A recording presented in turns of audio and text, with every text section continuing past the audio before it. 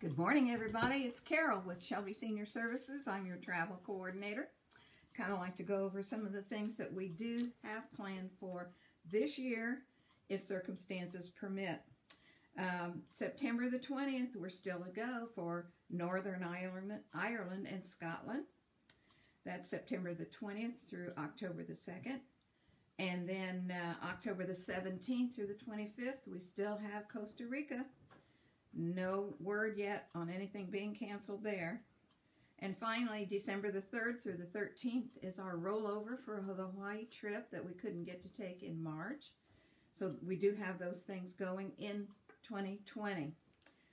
We start off 2021 by going to Greece, and that's April the 15th through the 29th. We're going on the mystery trip that's been rolled over from 2020 to 2021. That trip is May the 11th through the 13th, the mystery trip. And no, I can't give you a hint of where we're going. June the 6th through the 12th is our rollover for Savannah and Charleston. July, we're not sure yet. Maybe Alaska. Depends kind of on whether or not we go to Ireland. August and September, I don't have anything planned yet. Waiting to see what's going on. And October of next year, 2021, we're going to the Albuquerque Balloon Fest. I don't have much information yet other than it is October. I don't have the cost and I don't have any of the dates yet. I don't have brochures, but if you're interested, I can still put you on the list. I have several on the list right now who are interested. Okay, that wraps up 2020 and 2021. I do want to remind you that in 2022, the Oberammergau Passion Play that was supposed to go on in 2020 has been rolled over to 2022. I think it'll be in October that will be scheduled, but I don't know for sure. If you're interested, it'd be a great church group gathering to go. So let me know if you're interested in any of these. Since we've already gone through most of the trips that we had planned this year and going into next year, I thought maybe it'd be kind of nice to talk about a trip that I really like. You know, I'm always asked, what's your favorite trip? Well, even though all of them are nice trips, probably going back to Italy for the second time, first and second time, that's probably been my most interesting trip. The reason is Italy was the first overseas trip that we took as a group. Now, I don't count Hawaii. We went to Hawaii, but that was United States, and this is overseas in Europe. So Italy, it was called Reflections of Italy, and it was it started out in Rome, and we began the tour there.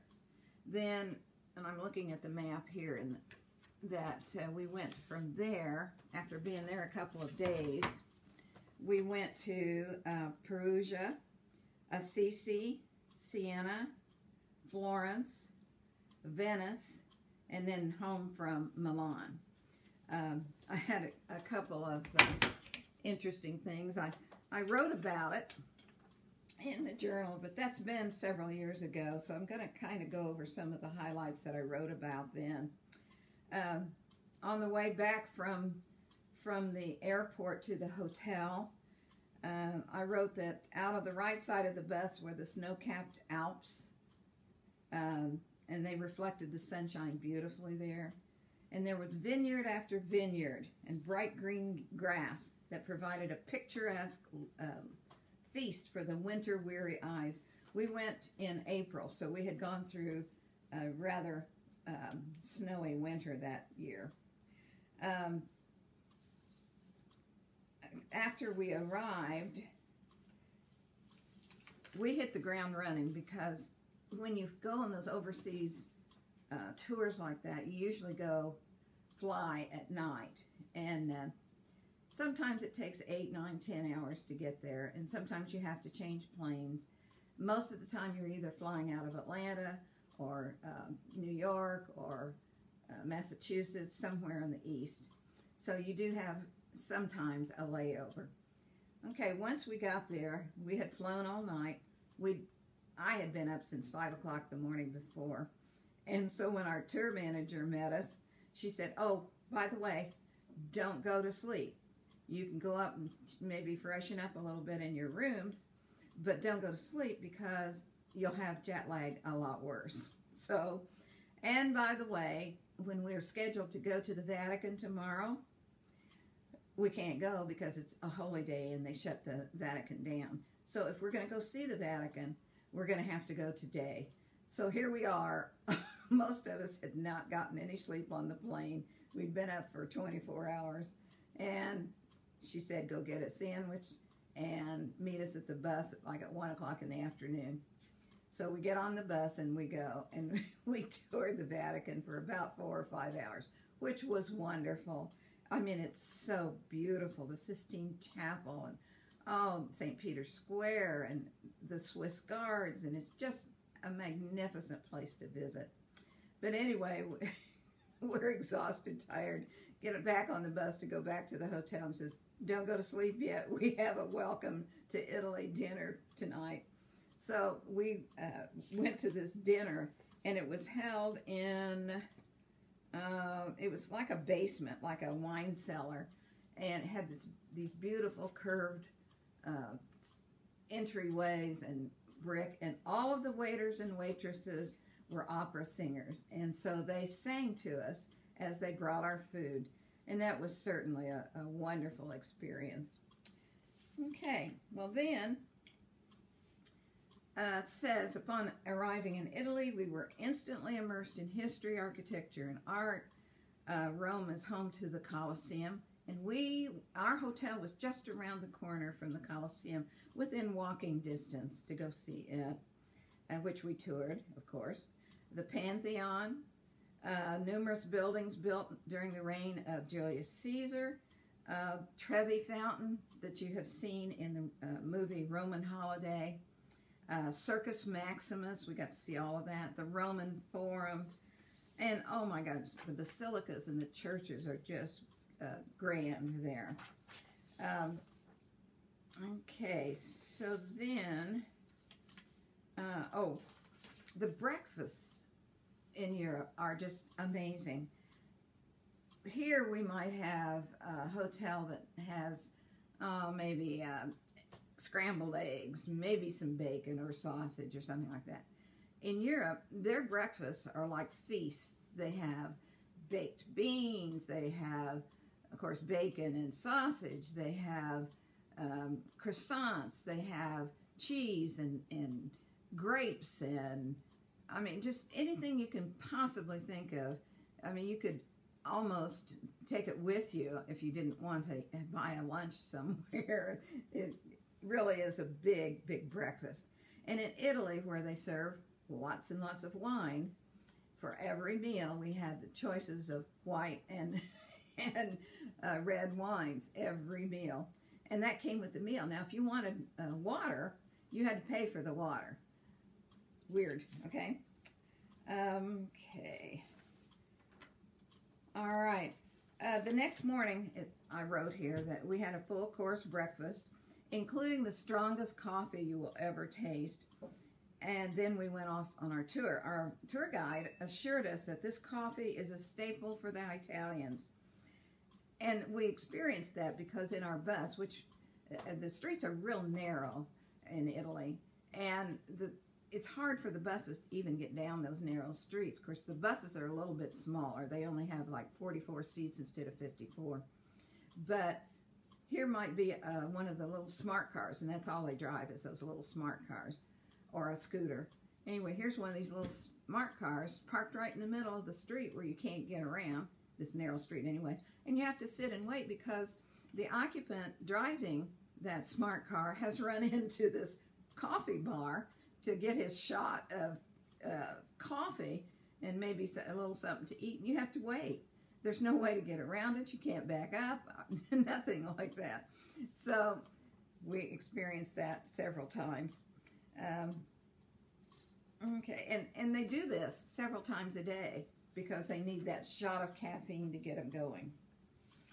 Okay, the Colosseum was something else. When you walked into the Colosseum, first of all, when you approach the Colosseum, there are costumed guards there. I mean, they don't guard anything. They are there to have your picture taken with them, and they're all decked out in the Roman soldier costumes. And then you go in. It's kind of like a big area that goes around it, and you get in line and you go through there. And then we had a guide that we had those little whisper things that you put in your ears, and you have a little box thing, and she talks to you, and you can kind of wander on your own, and you don't have to stick right with her. You can hear her talk. But it's humongous. I mean, it's just gigantic. How they ever got this built like that, I don't know. But they had a floor on the bottom of the Colosseum. Of course, a lot of that is gone now. And at one end, they had like a little stage, and they would have the VIPs, if you will, sitting there watching. And then part of that was gone. Part of that floor was gone, and you could see down in. And they had these little cubicles down in the bottom of the Colosseum. And that's where they kept the lions and all of the bad animals that killed the Christians. And it was a labyrinth, and they could control where these animals went and then where they were released out into the Colosseum. But thousands of Christians and other people died in these battles. It was just strictly for entertainment and sports. And these people would just cheer and say, oh, yeah, that's great, thumbs up, you know, and all that. So they do have dedication cross that everybody sees when they go in, dedicated to the unfortunate demise of all of these people that had to go through that. Okay, we went on then to, nope, I'm on the wrong page here. Okay. All right. That afternoon, we were free to explore the buildings and the churches. And I went to the Trevi Fountain, of course, and turned around and threw a coin into the fountain so that I would return. And it worked, because I got to go back. The plazas, that's the first place I ever had a gelato, which is ice cream, actually. And I really like it. It's very, very good. But they had little shops around Trevi Fountain, and you could do that. Trevi Fountain, by the way, is just breathtaking. It's so beautiful. And, of course, it's always crowded at Trevi Fountain. Flowers, of course, were in bloom already. Oh, I had written just a little bit about our hotel, which I had never experienced before because I had never been to Europe before. You had a pass card, which is not unusual for the United States, but you had to get into your room by, of course, swiping your card on the outside. And then when you got in, there was a place to stick the card down, and that's what activated the electricity. You didn't have any electricity until you put that card in. And as long as the card was in there, you had electricity. When you left, of course, you had to have your card with you, so you pulled the card out, and the electricity was on just long enough for you to get out the door. So that was kind of interesting. All right, and the bathrooms were interesting too. Of course, every hotel room that I've been in Europe so far has not only a commode but a bidet. And their tubs are so unusual. You know, our tubs are not very tall on the side, but I guess maybe they want to soak in their tub or something, because the sides of their tubs are so tall. I could barely get in it. Okay, so that was kind of interesting. They told us they had hair dryers.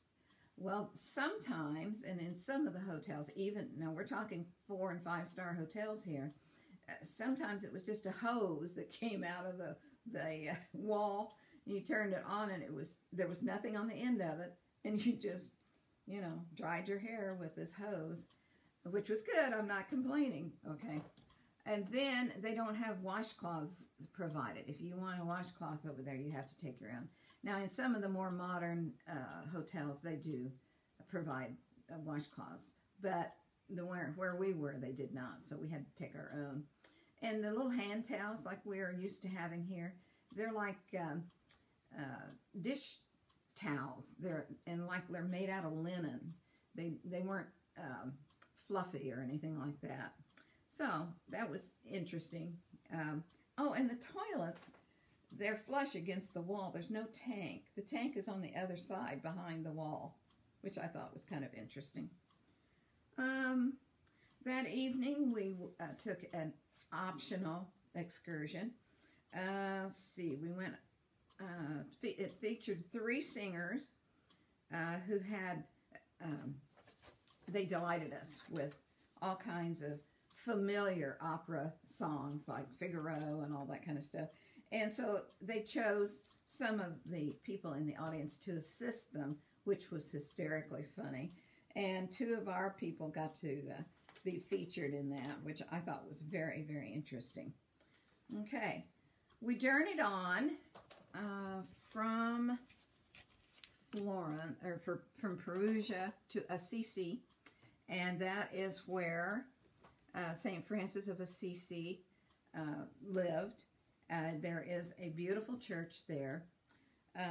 He, as many of you know, let's see, let me read to you what I wrote here about Assisi, if I can find it here. St. Francis, you remember, was a very unassuming man. He was born in born in 1182 into wealth. He was from a very wealthy family. But he renounced his worldly goods to serve God and the poor. This church is so ornate and beautiful. I'm sure he wouldn't have approved of that ornate basilica. But to get to it, it's kind of on 2 levels. The bus drove up, and then we got on escalators and went up, like 2 or 3 escalators to get up to the town. And then there's these cobblestone streets, and let me tell you, all over Europe, it's cobblestone streets. So if you go, you want to make sure you wear some good sturdy shoes. Anyway, the streets are lined with shops, souvenir, all kinds of shops. And then at the very end, here's this beautiful basilica that is dedicated to St. Francis of Assisi. We got to go there. And that's interesting, too, because bathrooms are hard to find out in some of these towns. And most of the times you have to pay to use the bathroom. And usually it's downstairs, a lot of stairs, and it's kind of funny. Okay, so anyway, we went to Assisi. We also went to Siena. Siena is a beautiful town that has the center of it. Most of the towns have some kind of a gathering place in the center of the town, and that's where we had our group picture taken. And it was a slanted brick area, and people would go out there at lunch and spread out a towel or their jacket or something and sunbathe right in the middle of Siena while they were on their lunch break. Lots of shops, lots of leather, lots of jewelry in Italy, just gorgeous places. Okay.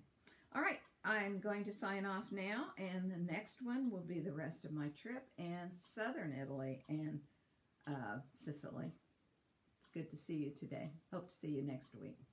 Bye-bye.